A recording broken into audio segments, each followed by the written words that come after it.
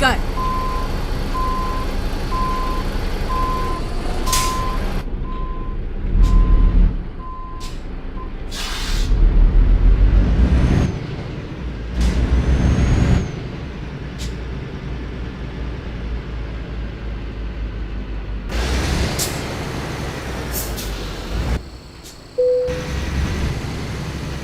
Turn left.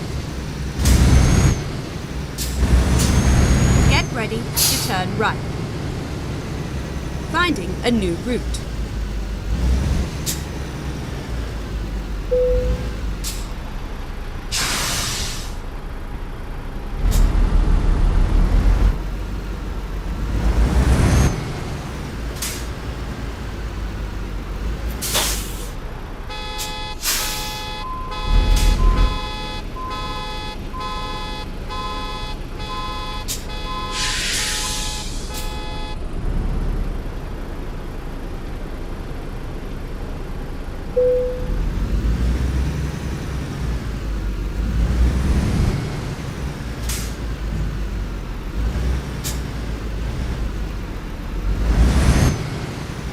Turn right.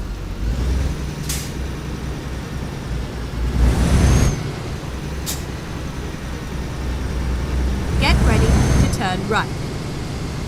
Turn right and then continue straight on.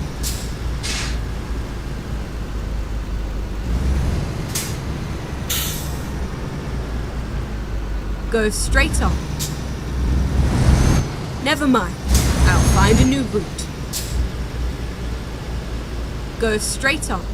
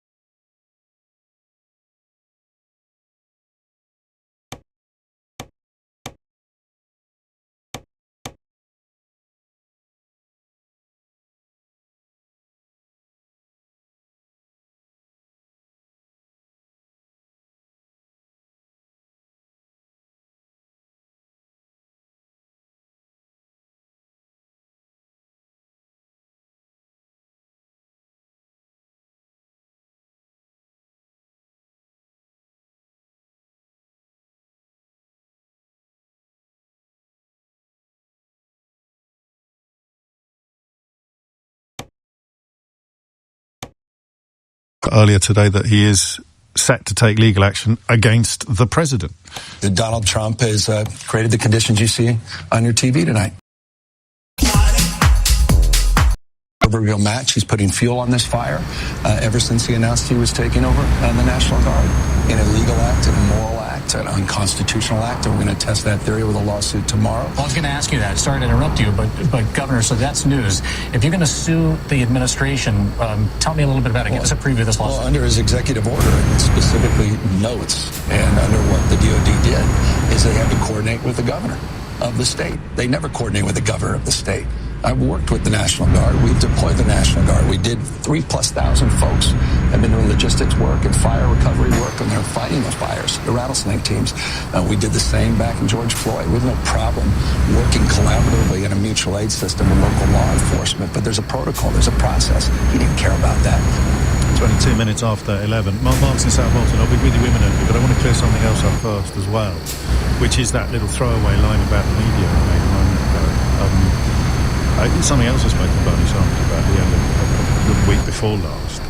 The successful mafioso-style pressure leverage being brought to bear on media owners, the ones that weren't already in Donald Trump's pocket being threatened with various lawsuits, like the law firms being threatened with financial harm. A significant moment of cowardice with the management of ABC News in America, who have now suspended their senior national correspondent after he described Stephen Miller, the top White House aide and the one with the biggest sort of thirst for violence against immigrants, or at least for very violent policies against people not born in America. He described Miller as richly endowed with the capacity for hatred. That's the phrase he used. Journalist describing Stephen Miller as being richly endowed with the capacity for hatred. That's a journalist called Terry Moran. The post has been deleted. He did it on his private social media account, and that gets you suspended now by a reputable and respectable broadcast organisation, richly endowed with the capacity for hatred. That gets you suspended. Isn't that extraordinary? I had a little taste of that kind of cowardice in media management when I did a few shifts at the BBC a few years ago, and they would respond to complaints from complete idiots, as if the complaint had come in from Nelson Mandela or the Pope or someone of unassailable moral virtue. But this is, of course, being frightened of the government. Nadine Dorries would routinely call for LBC to sack me when she was culture secretary, and I think they're still sniggering upstairs. You can't do this job every day unless you feel supported, and that is the most powerful evidence you'll find of what it is like when a journalist is not supported, and that is deliberate. They have buckled. They are cowards.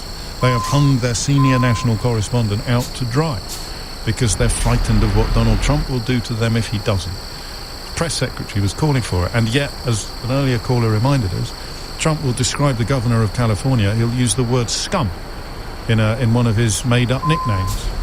But when they describe his top aide as being richly endowed with the capacity for hatred, it's a suspension. It's an issue for suspension. So it's all there. Attacking the academia, attacking the media, attacking the judiciary, and now attacking the citizenry for daring to dissent. Mark's in South Molton. Mark, what would you like to say? Hi, James. I think there is no plan. So I think you slightly alluded to this during the various people you've been talking to, some of the comments you've made, that, sometimes it seems like there's a plan, but sometimes it just seems like, he wants the coverage, he wants, to be on, the main thing on the news. I mean, when you see him make his speeches, he can't hold a thought in his head for more than a few seconds. You can literally see it in real time. He'll be in the middle of a sentence, and he'll suddenly trail up and start talking about something else. The idea that man could have the level of coherence and cohesion that you would need in order to be able to put together a master plan, to be able to, take the situation that we're seeing in LA and then, have extra layers on that. I know, and this is why I talked about COVID at 10 o'clock. You're probably doing something more important at the time, but that instinct that you have that they must know what they're doing, and it's perfectly possible that actually they don't. Boris Johnson was in Downing Street, obviously. They'd had no idea what they were doing, but he's not stupid. And this stuff it's not happening by accident. And he's not stupid. He has a very low political cunning, but it's not driven by some kind of master plan. It is. I think it's driven by his desire to always be at the top of the news cycle and to punish anyone who ever does him wrong. And he's done that his entire career. And I remember that is almost a master plan. All I have to do is add to that the vengeance, the thirst for vengeance, and this sort of sociopathic need to punish anybody that's ever spoken out against him. Add to that a deep belief that nobody should ever be allowed to tell him what to do or criticise him, and you've got a master plan. So, I suppose maybe in a way we're both kind of stumbling towards the same thing. I'm saying there's no plan. You're saying there kind of is a plan, and it's being driven by his instincts. But I don't think he's sitting there with a kind of, 2D, 3D, 4D chessboard. We don't think he looks at Vladimir Putin and thinks, I want a bit of that. He looks at Xi Jinping and thinks, that's governing. What's the point of having this job if the courts can tell you to stop lining your own pockets, or the courts can tell you that you're not allowed to throw that person in jail? Look how he exercises pardons. He wants to be an emperor. That's a plan. That's a plan. He's quite happy to exercise his power and to do whatever he likes, and to not have anyone hold him responsible or have any. But that's all you need as a plan. I mean, you're accusing me of over. I think you are overcomplicating things, because that's a plan. You don't need to have. I mean, there is also Project 2025, of course, but you don't need a dossier of graphs, and if we push this button, that will happen. The plan is to imbue himself with so much power that nobody can ever tell him what not to do, or indeed criticise him for doing it, or not doing it. Maybe. I mean, I could just consider that him to be just working through his base narcissistic instincts. And the thing that I find terrifying... I'm sorry to keep interrupting you. That doesn't reassure me anymore. That used to reassure me. It reassured me in the first term. It's just base human instinct, but it's bigger than that now. No, it doesn't. It doesn't reassure me either, because the most scary thing about this, at least if there was a plan, you would think, okay, step 1, step 2, step 3, step 4, and so on. Yes. I don't think there is a plan, and the problem is, with malignant narcissists, there is no bottom. He will just keep pushing buttons, pulling levers like a toddler, like slamming buttons on some kind of play centre, and as he gets the feedback that he wants and the news coverage that he wants, he will just keep going further and further and deeper and darker, and that's what really terrifies me. I'd actually be a bit more reassured if there was a blueprint, if there was a proper plan for this, but I just don't think there is. Yeah, well, and a lot of people are saying you need to read Project 2025, which, it's all there, and it is a plan, and how much of it is him and how much of it is him facilitating the dreams of the people that promote him and propel him is moot, but there is a plan there. Whether or not he's fully signed up to it is open to debate, but the actions that he is currently undertaking suggest that he is. That this is about achieving a form of dictatorship, which then the people around him will be able to deploy to achieve their crazy dreams. But you need to have an emperor complex before you can do what you want. You need somebody who can do anything and everything without dissent and without recourse to the law, without punishment, without challenge. If you have dreams, or hideous dreams, of dismantling democracy itself, and they've spoken about it, some of them. They've written about it. Thank you, Mark. I hope you're right, in a way. I hope it is just a sort of ego trip that will end like all ego trips end, like Elon Musk's ego trip just ended. But I don't know. And how much damage will be done before that happens. Thomas Watts is here now with your headlines. Sir Keir Starmer has announced more than 7.5 million workers will be trained to use AI by 2030. The Prime Minister says the technology can be hugely transformative to the UK and will be central to its defence strategy.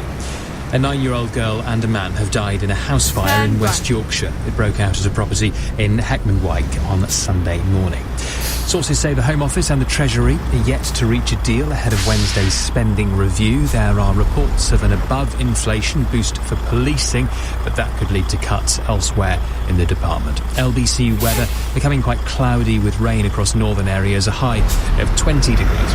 This is LBC. In the time it takes to boil your kettle, you could find out if you can claim for a missold PCP agreement. Visit claimsforcars.com, answer a few easy questions, and you'll find out in seconds. If you financed a car between 2007 and 2021 and weren't shown different options or discussed dealer commission, you could have a claim. Claims for Cars is helping people get back thousands on a no-win, no-fee basis. Get the answer in seconds at claimsforcars.com. Next time you walk their dog or feed their cat, when you pop by for a cuppa or just stop for a chat, tell your friends about pension credit. They could be missing out on an average of over £4,000 per year to boost their pension income. Pension credit also unlocks other support like help with heating costs, council tax, and a free TV licence for people over 75. Tell them to search for pension credit on gov.uk. Pension credit. Credit where credit's due. Eligibility criteria apply. If I need an eye test, I don't go to Specsavers. One thing you won't see at Specsavers is me. Do I go? Yes! I mean, no. Me? I don't go to Specsavers. Nor you, Spike. Should have gone to Specsavers. No. Hi, Specsavers. Here for your eye test. They come to me instead. Come in, kettle's on. If you can't go to Specsavers unaccompanied, we could come to you. See if you're eligible at specsavers.co.uk/home visits. Feel the thunder of hooves. The tension as they race past. Your heart in your chest. That split second of silence. Before the roar of the finish. That glorious Goodwood feeling. Qatar Goodwood Festival, presented by Visit Qatar, July 29th to August 2nd. Book now. Find out if you can claim compensation for a missold PCP agreement or a faulty DPF filter. Just visit claimsforcars.com and you'll get the answer in seconds. James O'Brien. Alexa, send a comment to LBC. 11:32 is the time. If you don't listen to my colleague Nick Abbott on this radio station, then I would urge you to do so, because if you think I'm quite good at spotting what is coming up on the horizon, then I am a mere grasshopper to Nick Abbott sensei. If I'm the Karate Kid, he's Mr. Miyagi, and it's the way that I would describe it. And he's got a bingo card of predictions, putting together things that he is pretty sure will happen. Opening fire on American citizens was on there. Wearing a military uniform at a parade is on there as well, so stand by for that. Broadcasting a public execution on live television. I mean, there's lots of things.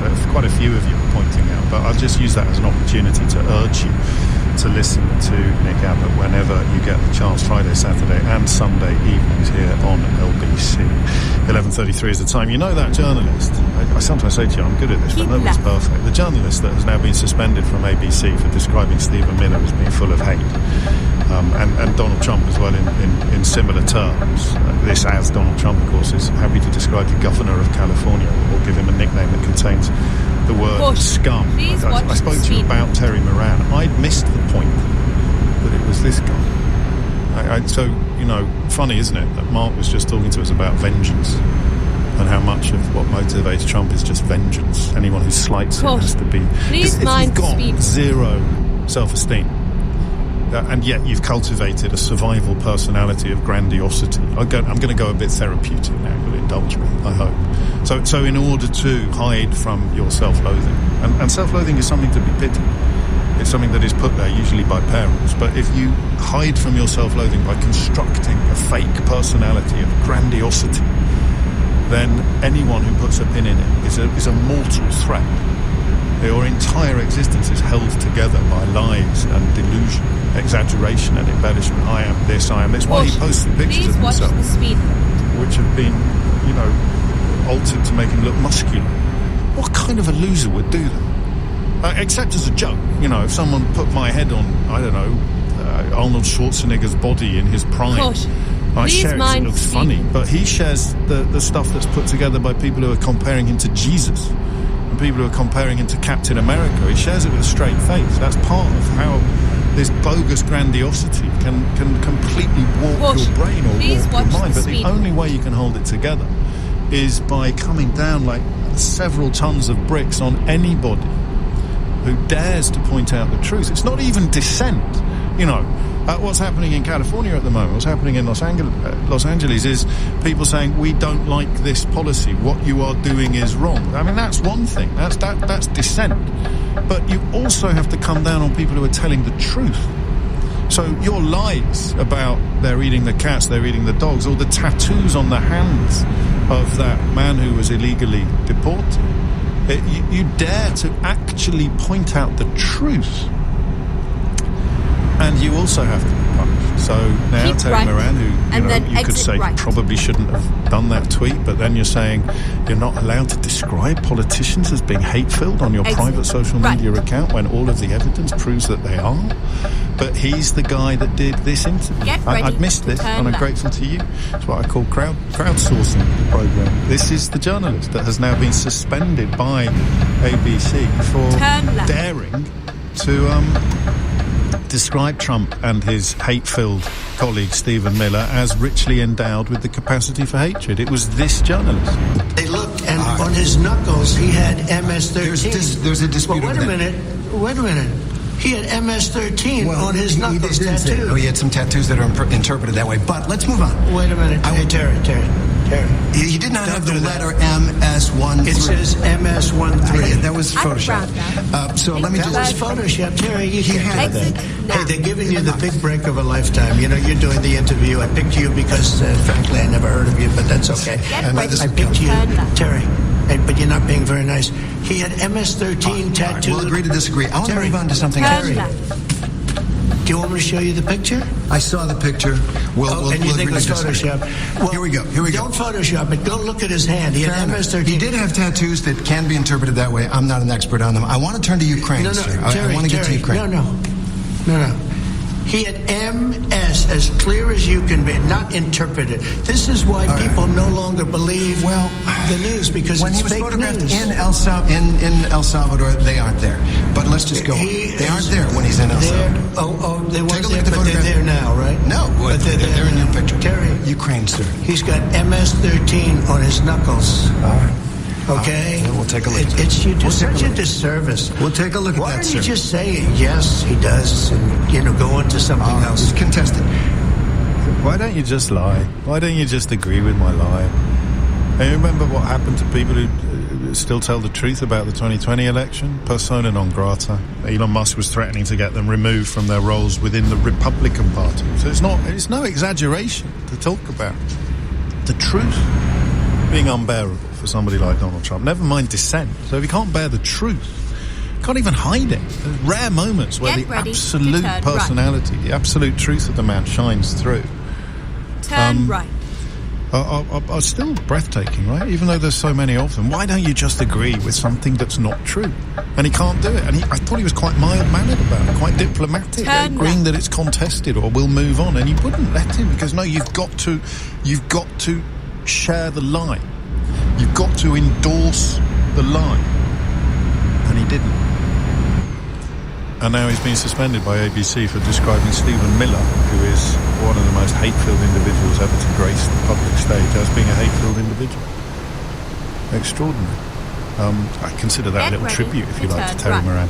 And of course, the deported man that they're talking about, Abrego Garcia, I think is now being brought back to face charges that appear to be completely trumped up. So the parallels with fascistic or authoritarian regimes, if you prefer, are about 50 feet high and rising. It's 11:39. Dan is in Galway in Ireland. Dan, what's going on? At the round. Wow. You're somebody, man. I have a whole lot of respect for you, dude. I've listened to you for about a year now. Thank you. And I'm just fascinated at your take on things. Personally, I'm from the United States. I've been in Ireland for now 20 years. I have an 18-year-old son, and I'm loved that I escaped the ridiculousness of that country. And I love my family, but at the same time, I had to leave them there as well. Yeah. And to be quite candid, between COVID, the politics, and even pre-Trump, and I'm not talking about all of the mess, I'm just talking about the way the world seemed to go. But as far as her question, your producer asked me, what does Trump want? Go straight on. He wants a white America, dude. He wants a 1971 television show with Gilligan and Skipper and Marianne, and he wants the good black friend, and he wants Chico and the Man. He wants a quieted down immigration system where everybody's watching TV. This man never read a book. Go straight on. He watched television. He ate fried chicken. And he looked at Colonel Sanders. He's an idiot. And it's interesting that you guys seem to give him credit for thinking so much. He does not think. He's a salesman and a manipulator. Keep right. And let's be honest, he's in the field of television. So look what he's already done. Yeah. And he's already manipulated this Abrego to be a criminal in his own country now. So when he does get back, they're going to demonize him even worse. I'm so glad that I escaped that country. I mean, and I'm a lot of the things that are popped up today fit quite neatly together, don't they? They seem ridiculous, but so you make the parallels with how WWE has been run over the years, and then he makes the woman who ran it education secretary. So suddenly it's not ridiculous to talk about choreographed fake wrestling as being the sort of motivation for everything he does, and the audience lap it up, and the audience love the violence, and they love the delivery of it, and then the kind of what is not chaos but can look like chaos from the outside. But the white supremacy probably gets a bit overlooked in this. Oh, absolutely. I can tell you very, very briefly, and I don't mean to overtalk you, but there's a little story I'll tell you real quick. A very good friend of mine who I grew up with in selling in the sales. I was a salesman for years. This is why I can identify this so well. Yeah. I was on the phone with him about 6 months ago, and he was describing a situation in Walmart where there were two people that were using strollers, and he needs a stroller. And he used the N-word 4 times on the phone with me. This is a New York Jew who's lived in Las Vegas for the last 15 years, who I never thought would ever talk like that. I'll never speak to him again. This is a good friend of mine who I have fond memories of, who I'll never speak to again because of this. This is the reason why I can see the split in the United States. This is a Jewish man whose mother and father would probably freak out for him saying such a thing like that. But for me to hear that, and for him to think that I was okay with hearing that, you know, it's interesting that I have such this Yankee Doodle thing. I'm a busker. I live on the west of Ireland. I escaped. I sat on a bucket and started singing songs after being a salesman and a liar for a very, very long time. And that's why I can identify Donald Trump as a liar and a salesman. And of course, he might be all of those, well, he is all of those things, but it's the people around him that we should probably be focusing on more now than the personality defects or the salesman's patter or the WWE style fetishizing of violence, because the white supremacism might be endemic to his worldview, but it's more than that to some of the people around him. It's a mission. You say WWE twice now, and I want to jump in there because I remember that friend of mine was a big wrestling fan. They all were. They used to be in the WWF, if you remember. Yes, I do. Wrestling Federation. Yes. But because they stepped on the World Wildlife... We got that mixed up with the pandas.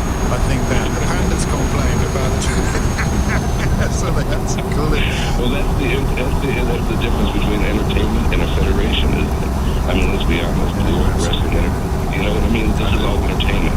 And we got our eye off of the ball. And now, look at the people who are paying for this. This is shocking.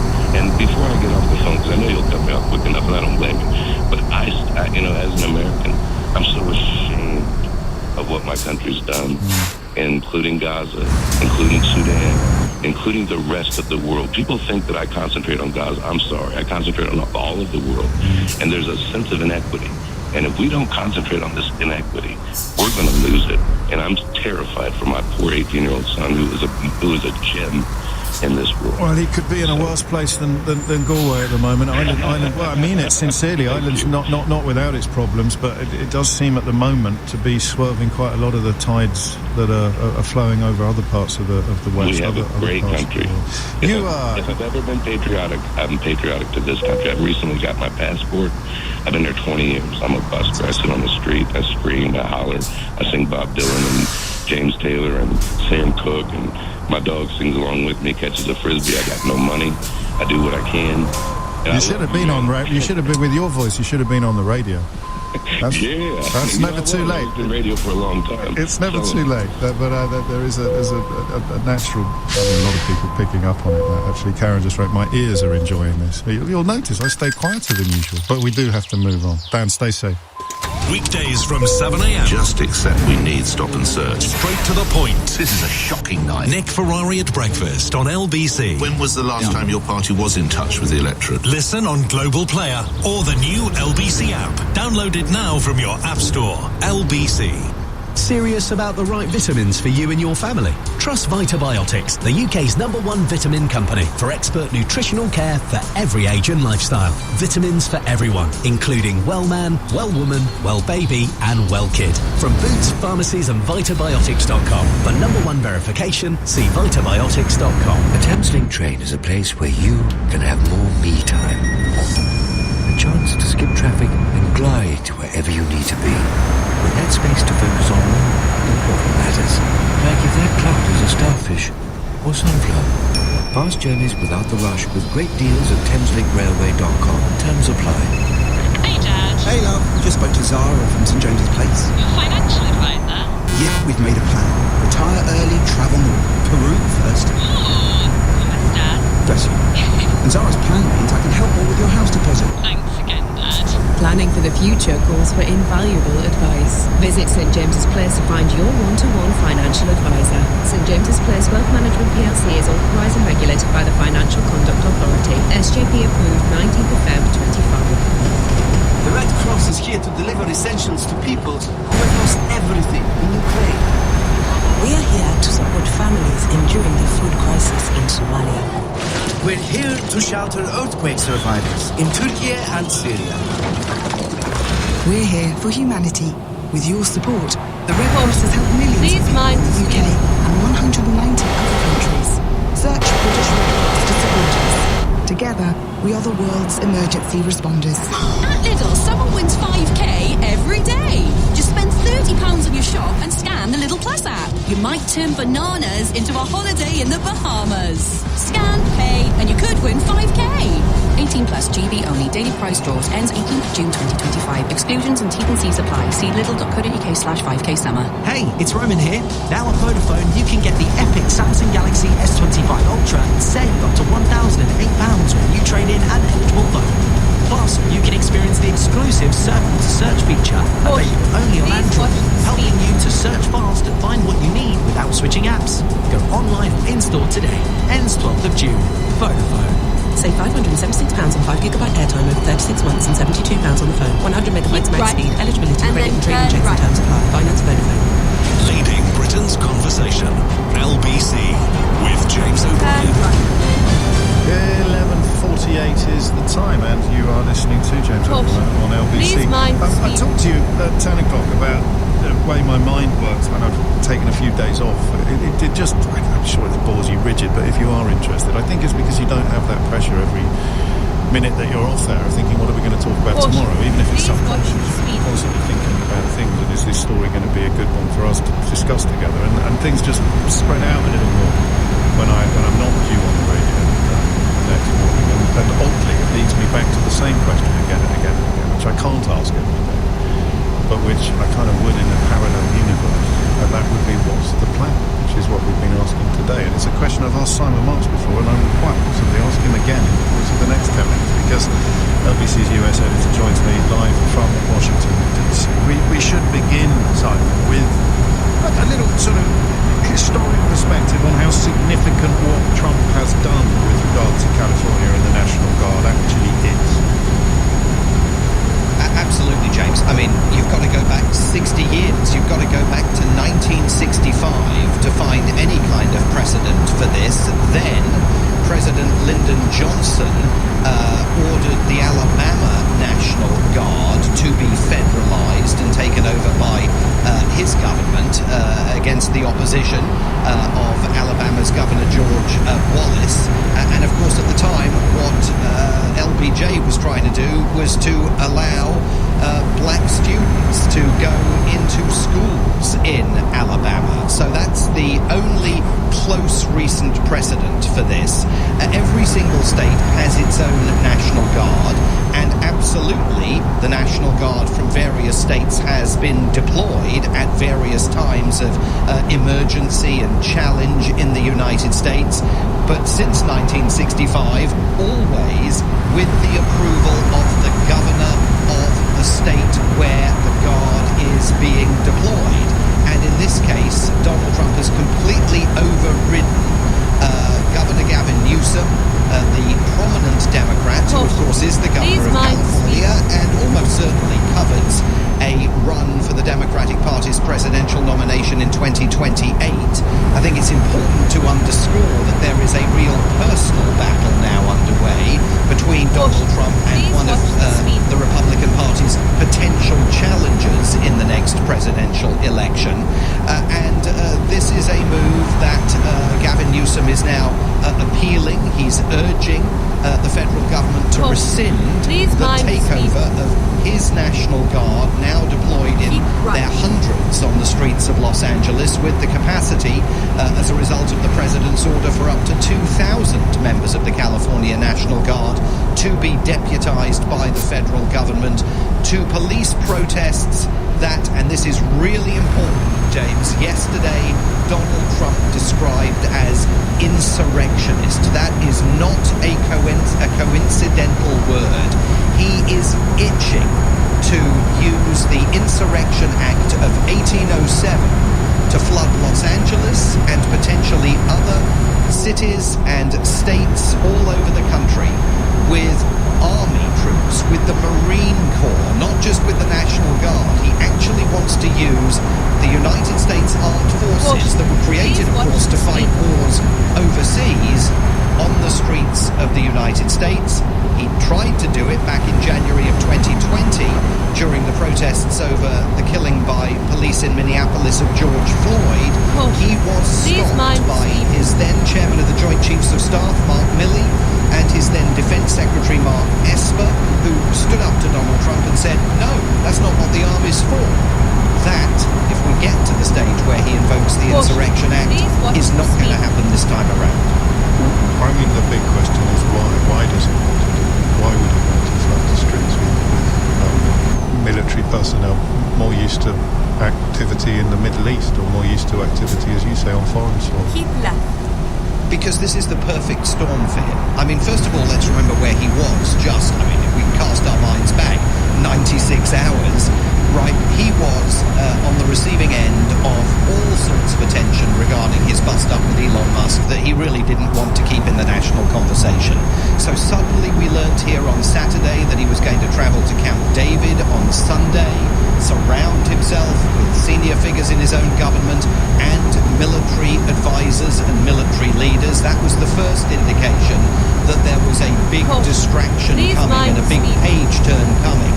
And the page turn is for Donald Trump to take advantage of the fact that you have these protests, he says, by criminal aliens and migrants, although those are by no means the only people protesting his mass deportations on the streets of Los Angeles. You have these protests taking place in a reliably democratic state, a place where only last week he was making plans to halt all federal funding for California. So he's planned to pick this fight with Governor Newsom and the mayor of Los Angeles, Karen Bass. It's an issue, mass deportations, that is wildly popular with his Make America Great Again base.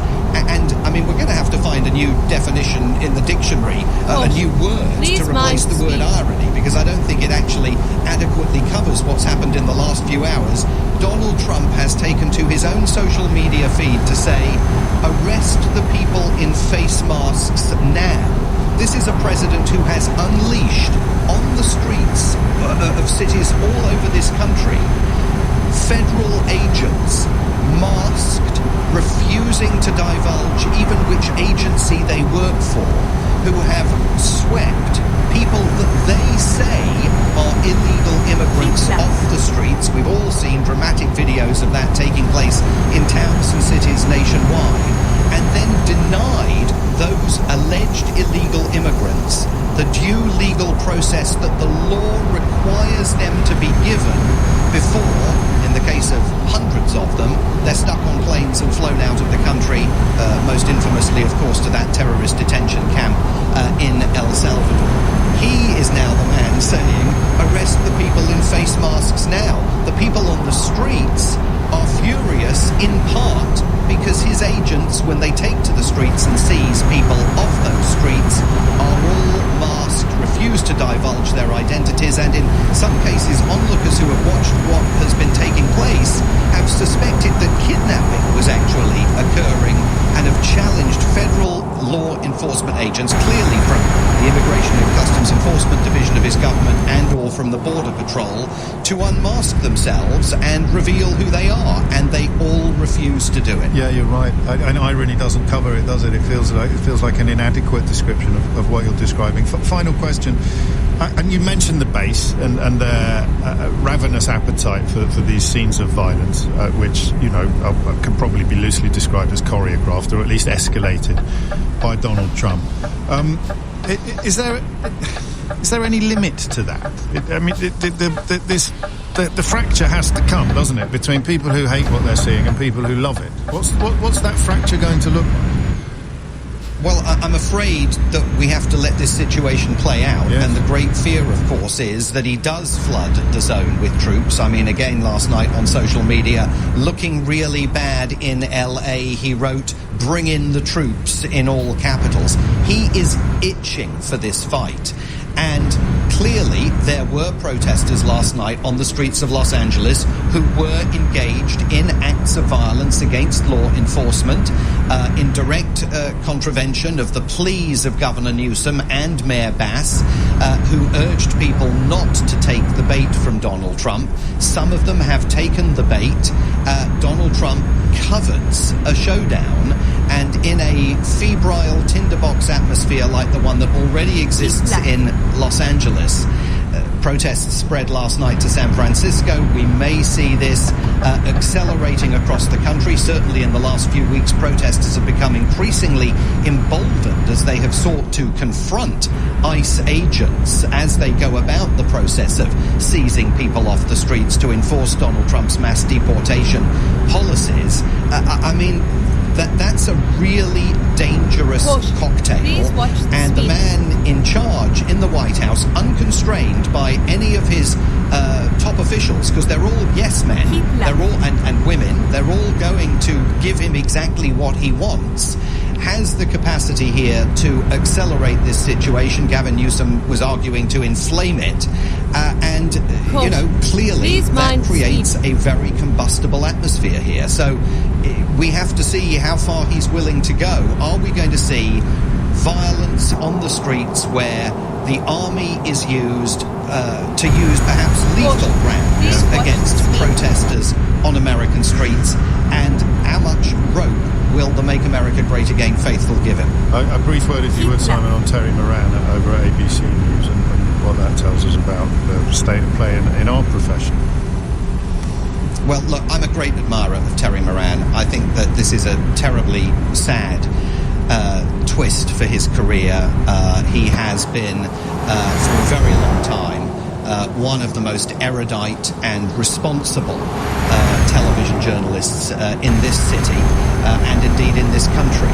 I think he made a mistake. I think that it is unfortunate that he said what he said on Twitter, on X rather. But what is completely inappropriate in Terry Moran's situation is for the White House to be contacting his employer, ABC News, and putting pressure on them to hold Terry Moran accountable. They were already engaged in the process of accountability. They would have suspended him anyway because of what he wrote. I mean, you can argue about the general sentiments that he was expressing about White House Deputy Chief of Staff Stephen Miller. Many people in this country would agree with what Terry Moran said. His own uncle has gone further on the His record. own uncle agrees with what Terry Moran has said. I mean, I think the difficulty with what Terry Moran wrote was where he said, you can just see it, you know? Yeah. That to me is the phrase that ultimately got him into difficulty. But, it's a lesson to all of us in terms of the use of social media, but also it's an indicator of the fact that this White House has absolutely no respect whatsoever for the First Amendment, for the Fourth Estate, and is going to put the arm in a continuing way on what it dismissively refers to as the legacy media. In this case, adding weight to what may end up proving to be a career-ending error on the part of one of the most prominent television reporters here. And of course the one that pointed out that the knuckles of Abrego Garcia were not tattooed with gang affiliations, which seems to have upset Trump. And that's all I have to thank. Thank you so much. 12 noon is the time. On your radio, on the LBC app, and Play LBC. leading Britain's conversation. This is LBC. From Global's newsroom. In the last few minutes, it's been confirmed 9 million pensioners in England England and Wales will receive the winter fuel payment this year. The allowance, worth up to £300, will be restored to the vast majority of older people who previously received it. LBC's political editor Natasha Clark has more. Labour suffered a huge political backlash last summer when they announced plans to take the winter fuel payments from around 10 million pensioners. Today, they've announced plans to give that back to around 8 million of them, after a major U-turn from Sir Keir Starmer last month, following their loss of the Runcorn by-election to Reform. Everyone with an income of below £35,000 a year will get the extra cash this winter, and only the very richest won't qualify. It's expected to cost £1.25 billion to reinstate those payments, but the Treasury hasn't said yet how it'll be paid for. A 9-year-old girl and her father have died in a fire in West Yorkshire. It broke out early yesterday morning. LBC's Alison Spooner has the details. We're told this fire broke out just before 6:20 yesterday morning. Firefighters got a man and 2 girls, aged 9 and 11, out of the house in Heckman Dwight, but the man died at the scene. Both girls were taken to hospital, where the 9-year-old later died, and the 11-year-old is still in a critical condition.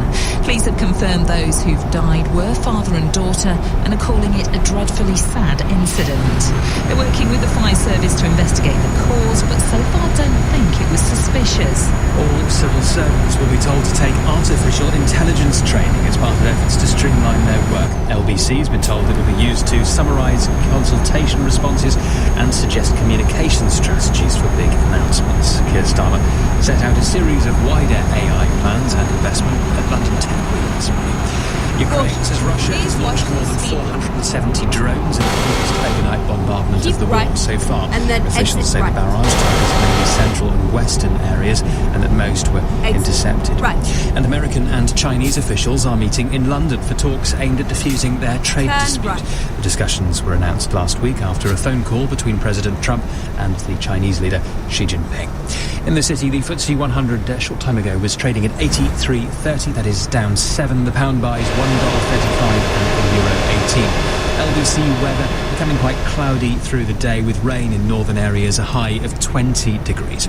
From Global's newsroom for LBC, I'm Thomas Watt. Amazon offers term time working to their employees, like Anton,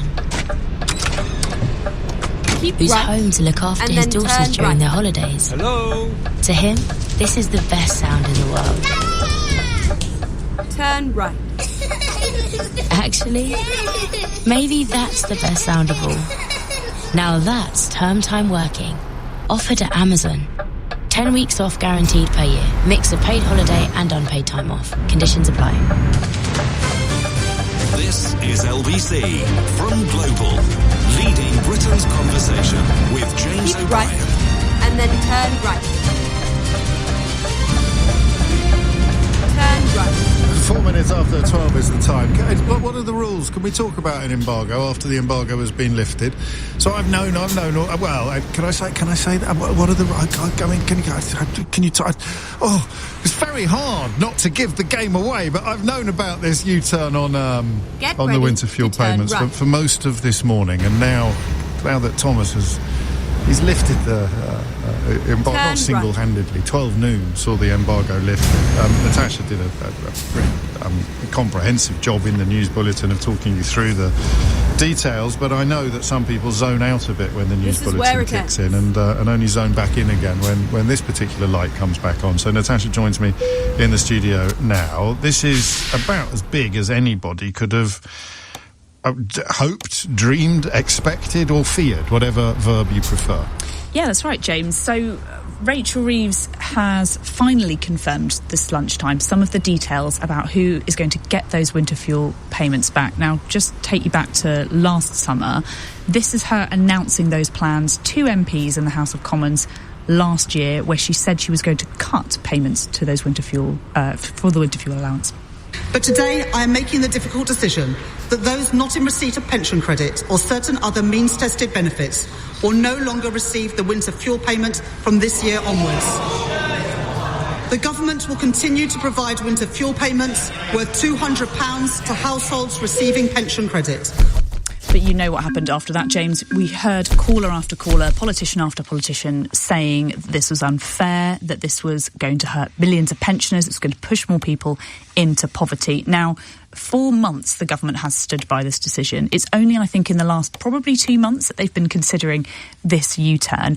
I think it was the loss of the Runcorn by-election to Reform last month which really sharpened minds. The Chancellor then told LBC that she was listening to concerns.